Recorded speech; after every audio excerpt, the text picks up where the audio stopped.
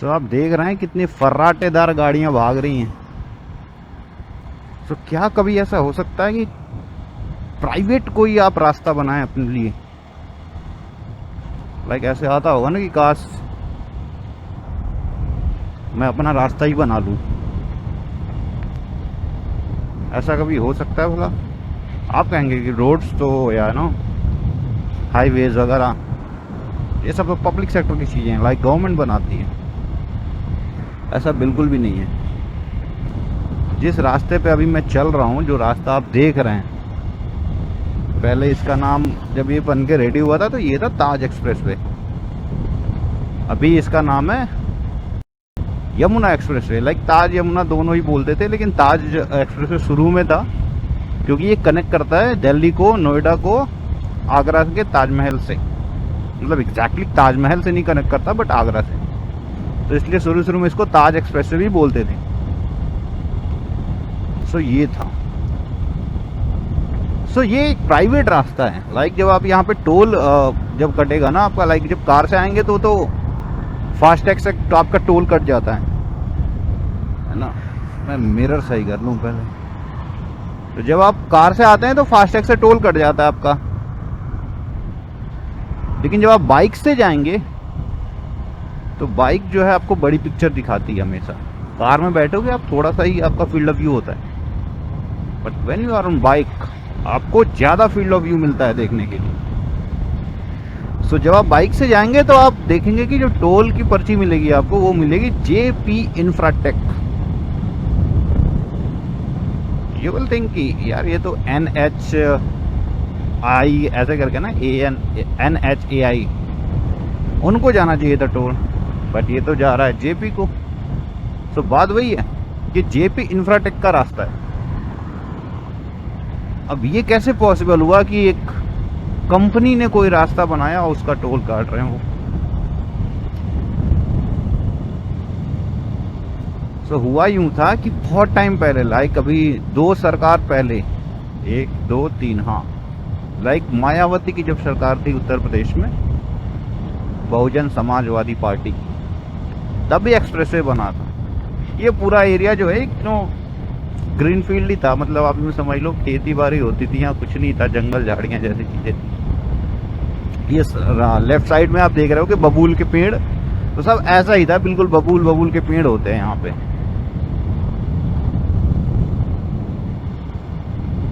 सो वहां पे क्या हुआ कि जेपी ने पूरा मतलब ये लैंड एक्वायर किया with the help of government.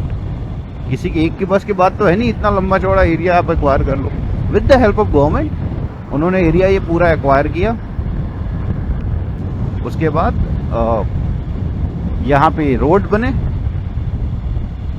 तो आई थिंक वो पहला एक मेजर शुरुआत था एक्सप्रेसवेज का, वो एक मेजर बिगनिंग थी। उससे पहले मुंबई और पुणे एक्सप्रेसवे का नाम आता था बना हुआ, तो वो छोटा ही था, लाइक 100 किलोमीटर 150 किलोमीटर के आसपास था।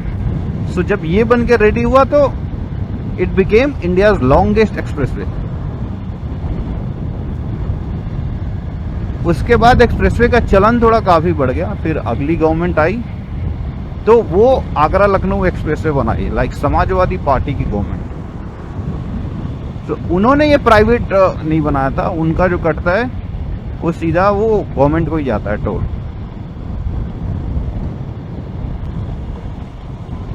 बट ये एक प्राइवेट रास्ता है। अब इसमें प्राइवेट रास्ता आप देखें, इसमें इस रोड को मैं बहुत अच्छा नहीं मानता। आप देखोगे रोड जो है ना, ये आरसीसी वाला रोड है, लाइक जैसे छत की ढलैया होती है उस तरह का रोड है ये। और इस तरह के road are not good for tyres. जैसे आप कभी आओगे लखनऊ से आगरा तक आओ, आपको अलग साउंड सुनाई देगा टायर्स और इसका। और आपको फिर वहां से आप आगरा से जब ये एक्सप्रेसवे पे आओगे तो आपको अलग साउंड सुनाई देगा टायर्स का। रीजन वही है कि वो जो है प्रॉपर बजड़ी वाले रास्ते हैं, वो जो होना चाहिए। ये जो है मतलब पूरी तरह से ढलाई कर दी गई है, तो टायर्स जो है इनमें अच्छे से चपकते नहीं है ना, थोड़े से उठे उठे चलते हैं। उठे उठे मतलब नहीं है कि वो जमीन छोड़ के आपको आंखों से दिख जाएगा, बट वो फ्रिक्शन नहीं होती इसमें। उछलते कूदते ज़्यादा चलते हैं। तो ये थी पूरा। तो इसके अलावा भी ये पूरा जो आप फील्ड देखेंगे ना, ये पूरा सिर्फ ये रास्ते की बात नहीं है, रास्ता तो बस एक मुखौटा था। इन रास्तों के आजू बाजू काटी गई कॉलोनीज, बड़े बड़े टाउनशिप, ये सारी चीजें बनाई गई। तो जब भी आप एक देखें कि कुछ इस तरह की, तो आप पूरा एक लॉजिक समझिए कि एक्सप्रेसवे निकाला गया और साइड में ये 25-30 किलोमीटर की पूरी जो है कॉलोनाइजेशन हुआ है ना। और जब इस तरह की चीज होती है तो आप यूँ समझिए कि एक कोई बिजनेसमैन किस हद तक प्रॉफिट कर सकता है। लाइक यूँ समझिए जेपी का जो पूरा ये एरिया था, आप जेपी सिटी जीपी सिटी आप देखते जाएंगे, लगभग 30-35 किलोमीटर का एरिया पड़ जाता है। चारों तरफ जेपी जेपी ही दिखेंगे आपको। तो बात होती है, अभी इसमें बहुत सारे उनके प्रोजेक्ट थे, लाइक F1 कार का जो रेस ट्रैक था वो भी है, अभी वहाँ पे मोटो जीपी हुआ था। उसके अलावा प्रोजेक्ट्स फेल हो गए, पब्लिक का पैसा डूब बहुत गया। लाइक जितना प्रॉमिस किया गया कि आप यहाँ इन्वेस्टमेंट करो, ये हो रहा है, ये हो रहा है, यहाँ इन्वेस्टमेंट करो, ये हो रहा है, फिर वो हो रहा है। गवर्नमेंट गई, दुनिया गई। किसकी? जेपी की। बहुत सारी चीजें हो गई। तो अगर आप ऐसे सीधे अपन चलते जाएंगे तो हम देखेंगे कि बहुत सारा जो सोसाइटी है वो खाली पड़ा है, वीरान, एकदम खंडहर सा। वो इसीलिए पड़ा है कि वो प्रॉमिस किया गया, पब्लिक ने पेमेंट किया, बाद में डिलीवरी नहीं हुई फ्लैट्स की। ये एक प्रॉब्लम है नोएडा में। कई बार इसको मैं बोल चुका हूँ, फिर से बोल रहा हूँ कि ये बहुत बड़ी प्रॉब्लम है। बहुत सारे बिल्डर्स ऐसे हैं जो वो डिलीवरी ही नहीं कर पाए। ये पूरा एरिया जो था ये एक्सप्रेसवे के बाजू में, वो सब बहुत ज़्यादा डेवलप होने वाला था, लेकिन वो सारी चीज़ें रुक गई। और आप ऐसे साइड में जाओगे तो आपको रास्ते खूब ज़्यादा मिलेंगे। लाइक ये एक्सप्रेसवे है, आप जो इधर देख रहे हो कि ये 4 ट्रैक आपको दिख रहा होगा, तो इसके नीचे से भी एक रास्ता जा रहा है इस साइड से, वो भी 3 ट्रैक है। और ठीक वैसा ही दूसरे साइड भी है। तो आप यूं समझ लो ये टोटल जो है 17-18 लेंथ का रास्ता, 18 लेंथ के रास्ते हैं।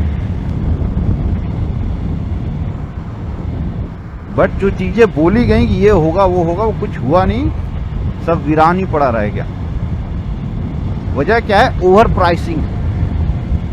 बहुत ज्यादा ओवर प्राइस्ड है प्रॉपर्टी अभी नोएडा में, हद से ज्यादा। लाइक कोई सेंस नहीं बनता है। और कोई चीज ओवर प्राइस अपने आप नहीं होती, ये किया जाता है। जैसे मैं एक छोटा सा एग्जांपल देता हूँ। सपोज मैं एक छोटा सा एग्जांपल देता हूँ बहुत टाइम पहले का, कि जहाँ से मैं बिलोंग करता हूँ तो वहाँ पे एक जगह है सुभाष चौक, वहाँ से जगह है एक रविंद्र नगर, ठीक है। तो लाइक रविंद्र नगर एक डिस्ट्रिक्ट का वो ऑफिशियल प्लेस है, वहाँ पे सारे ऑफिसेज मिलते हैं ना।